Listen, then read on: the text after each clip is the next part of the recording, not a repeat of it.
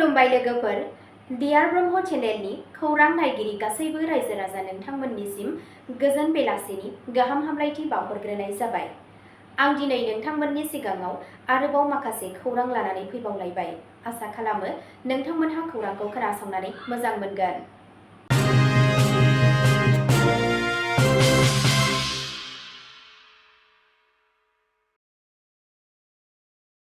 दिनैनि गाहाय रादाबफोराव दङ आलफा आइ केडारआ तिनिसुकिया पुलिसनि सिगाङाव गावखौ गथायबाय।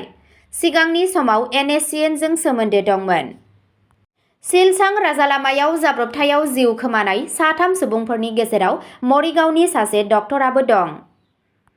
निजुत मयना 2.0आ आसामनि हिन्जावसाफोरखौ सोलोंथाइ आरो गोहो होनायनि फारसे दैदेनगासिनो दं।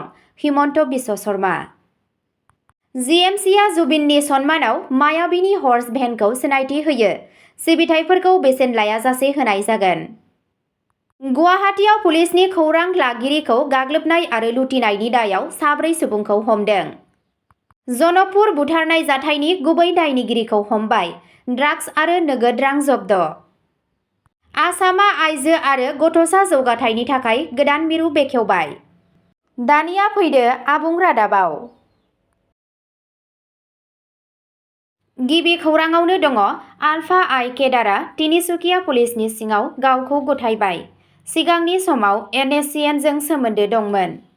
होबथाजानाय उदखारि आफाद United liberation front of Assam ULFA आइनि सासे गोख्रों सोद्रोमा समिरन सेठीआ, जायखौ प्रबीण आश्रम होननानैबो मिथिनाय जायो, बिथाङा थांनाय 28 अक्ट'बराव तिनिसुकिया जिल्लायाव पुलिसनि सिगाङाव गावखौ गथायदों।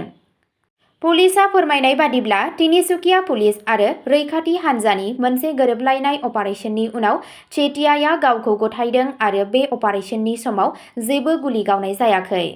बिथाङा 2022 मायथाइयाव आलफा आइनि सोद्रोमा जादोंमोन आरो बेनि सिगां गुबुन मोनसे उदखारि हान्जा national socialist council of Nagaland (NSCN) जों सोमोन्दो दंमोन।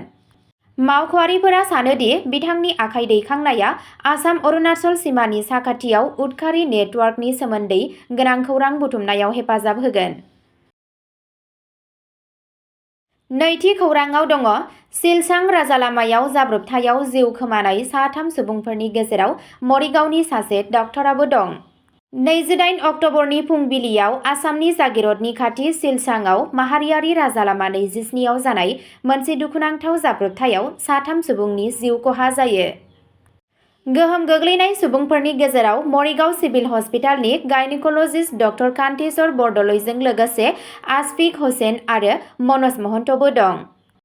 साबा दावबायारिफोरखौ लानानै बिथांमोननि गारि रेजिस्ट्रेशन नम्बर AS01EW6546 आ लामा डिभाइडारजों सौग्रावनानै जाब्रबथाय जायो आरो बेलथायलाङो।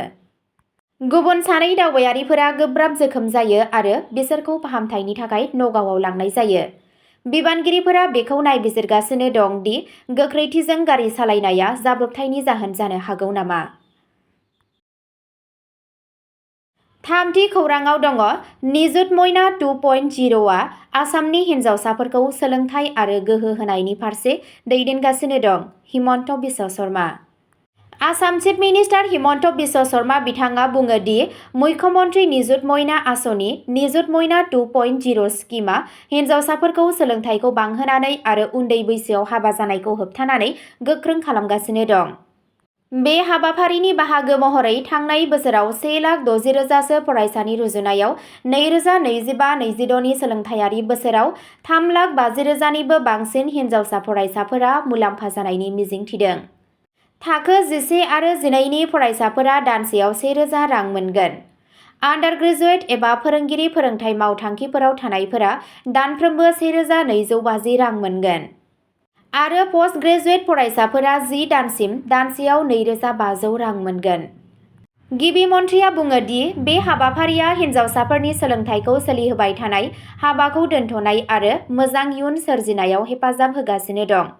समाजखौ समावेशी आरो दावगालु खालामनो थाखाय मोनसे गुवार नाजानायनि बाहागो महरै। ब्रैथि खौराङाव दङ जिएमसिआ जुबिननि सन्मानाव मायाबीनि हर्स भेनखौ सिनायथि होयो। सिबिथाइफोरखौ बेसेन लायाजासे होनाय जागोन। जिएमसिआ जुबिन गार्गनि गोसोखांथियाव मायाबीनि मुंनि बेसेन नाङै हर्स भेन दिहुनदों। देंखोनि गेदेमा जुबिन गार्गखौ गोसो गोरबोजों मान बावनानै गुवाहाटी मिउनिसिपाल कर्प'रेसन (जिएमसिआ) मंगलबारखालि मायाबीनि मुंनि मोनसे गोदान हर्स भेन सिबिथाइ जागायदों। फेडारेल बेंकआ गावनि CRS हाबाफारिनि गेजेरजों हेफाजाब होजानाय बे हाबाफारिनि थांखिया गुवाहाटीनि सुबुंफोरखौ बेसेन नाङै सिबिथाइ होनाय। मुक्ति रथ मुङै मिथिजानाय बे भेनखौ गुवाहाटीनि मेयर मृगेन सहारियानि नुजाथिनायाव मन्त्रि जयन्त मल्ल बरुवाया बेखेवनानै होयो। बे हाबाफारियाव मन्थ्रिया बुङो दि बे सिबिथाया रायजो-राजाफोरनि मुलाम्फानि अनगायैबो आसामनि सुबुंफोरजों जुबिन गार्गनि गोसोआरि सोमोन्दोखौबो मान होयो। जिएमसिनि मावख'गिरिफोरा फोरमायनाय बादिब्ला रोजाबगिरिनि गोसोखांथिखौ मान होनो आरो संरैखा खालामनो थाखाय मायाबीनि मुं दोननाय जादों। बे सिबिथाया नखरफोरखौ गावनि आंगोफोरनि गोथै सह'खौ मान होनानै लांनायाव हेफाजाब होगोन। जिएमसिआ थाबैनो बे रोखोमनि मोनथाम उफ्रा भेन लाबोनायनि बिथांखिखौबो फोरमायदों, जायनि मुंखौ जुबिन गार्गनि मोजां मोनग्रा बिफां नाहर मेसुआ बिफांनि मुङाव दोननाय जागोन। बेजों लोगोसे बेखौ फोसावनाय जादों दि मिरु रांखान्थि मन्थ्रि निर्मला सीतारमणआ 7 नबेम्बराव गुवाहाटी रिभारफ्रन्ट प्रजेक्टखौ मावख'आरि महरै बेखेवगोन। बाथि खौराङाव दङ गुवाहाटीआव पुलिसनि खौरां लागिरिखौ गाग्लोबनाय आरो लुथिनायनि दायाव 4 सुबुंखौ हमदों। गुवाहाटी पुलिसआ जायगानि पुलिसनि मुखबिरखौ गाग्लोबनानै खावनायनि दायाव 2 आइजोजों लोगोसे 4 सुबुंखौ हमनो हादों। बे जाथाया आदाबारियाव जादोंमोन आरो बिबानगिरिफोरा थाबैनो सन्देह गोनां सुबुंफोरखौ हमनो थाखाय आवगायलाङो। हमजानाय सुबुंफोरनि मुंखौ रुपा बेगम, साहिल, रशिदा बेगम आरो क'सनुर होनना सिनायथि होदों। पुलिसनि बादिब्ला बे हानजाया बिबानगिरिफोरजों सोमोन्दो थानाय खौरां होग्राखौ गाग्लोबदों आरो लुथिदों। गाग्लोबनायनि उनाव सन्देह गोनां सुबुंफोरा गोबां खावनाय मुवाफोरखौ लानानै जाथायथिलिनिफ्राय खारलाङो। सन्देह गोनां सुबुंफोरखौ हमनो थाखाय अपारेसन खालामनाय समाव पुलिसआ खावनाय गंबा मबाइल फन आरो गंसे मटर साइकेलखौ जब्द खालामो। पुलिसआ 27 अक्ट'बर समबारखालि गावसोरनि एक्स एकाउन्टआव फोरमायदों दि जालुकबारी PSनि WGPD हानजाया मोनसे जाथायनि सायाव थाबैनो फिन्नाय होयो, जेराव सासे जायगानि खौरां लाग्राखौ आदाबारियाव सिनायजानाय ड्राग्स फालांगिरिफोरा गाग्लोबदोंमोन आरो लुथिदोंमोन।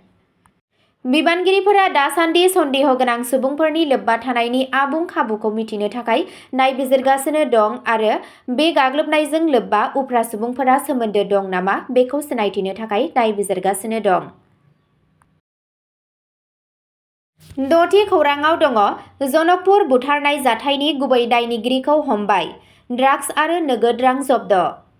दिसपुर पुलिस थानानिफ्राय खामानि मावबाय थानाय गुवाहाटी पुलिसआ जनकपुर बुथारनाय जाथायनि गुबै दायनिगिरि नयन दासखौ खादों। दास बिथांखौ 27 अक्ट'बर समबारखालि लाल गणेश ओनसोलाव हमनानै लानाय जादों। थैनाय सुबुंखौ भेटापारायाव थानाय रिया राजबंशी होननानै सिनायथि मोननाय जादों। दासखौ हमनाय आरो बिथांनि भारानि न'खौ नागिरनाय समाव पुलिसआ गोबां बिबांनि फोरमान बोखांनो हायो, जेराव हेर'इननि 57 प्लास्टिक कन्टेनार आरो गासै 1.47 लाख रांनि नोगोद रां दंमोन। आरोबाव नागिरनायाव थैनाय रिया राजबंशीनि गंनै मबाइल फनजों लोगोसे 13 ग्राम हेर'इन थानाय साबोननि केस बोखांनो हायो। नयन दासनि हेंथायै आयेननि राहा लानाय जादों आरो बे केसखौ आरोबाव नायबिजिरनाया सोलिगासिनो दं। 7थि खौराङाव दङ आसामआ आइजो आरो गथ'सा जौगाथायनि थाखाय गोदान मिरु बेखेवबाय। आसाम सरकारा हादरसायाव आइजो आरो गथ'साफोरनि जौगानायखौ जौगाहोनो थाखाय मोनसे गोदान मिरु बेखेवदों। बे मिरुआ फोरोंथाय, बिजिरसंनाय आरो हाबाफारिफोरनि सायाव गोसो होगोन, जाय आइजोफोरखौ उदांस्रि मोननो आरो गथ'फोरनि खाबुफोरखौ जौगाहोनायाव हेफाजाब होगोन। बेनि थांखिया आइजो गोहो होनाय, रोंगौथि दानाय आरो दैदेननायखौ बांहोनाय। मावख'आरिफोरा बुंदों दि गोदान मिरुआ NGOफोर, फरायसालि आरो रोंग'साफोरजों लोगो नांनानै अनसाय हाबाफारिनि गोहोमथिखौ बांहोगोन। बे हाबाफारिया ओनसोलनि आइजोफोर आरो गथ'फोरनि मोजांखौ जौगाहोनो थाखाय सरकारनि बाउसोमनायखौ दिन्थियो। अब्ला दिनैनि खौराङा एसेनोसै। नोंथांमोनहा बे चेनेलनि गेजेरजों सानफ्रोमबो फुंबिलि आरो बेलासि समाव गोदान गोदान खौरांनि आपडेट मोननो थाखाय चेनेलखौ साबस्क्राइब खालामनानै लादो आरो खौरांखौ खोनासंनानै मोजां मोनोब्ला अन्नानै लाइक, शेयार आरो कमेन्टबो खालामनानै होलांब्लानो जाबाय। गोजोन्थों।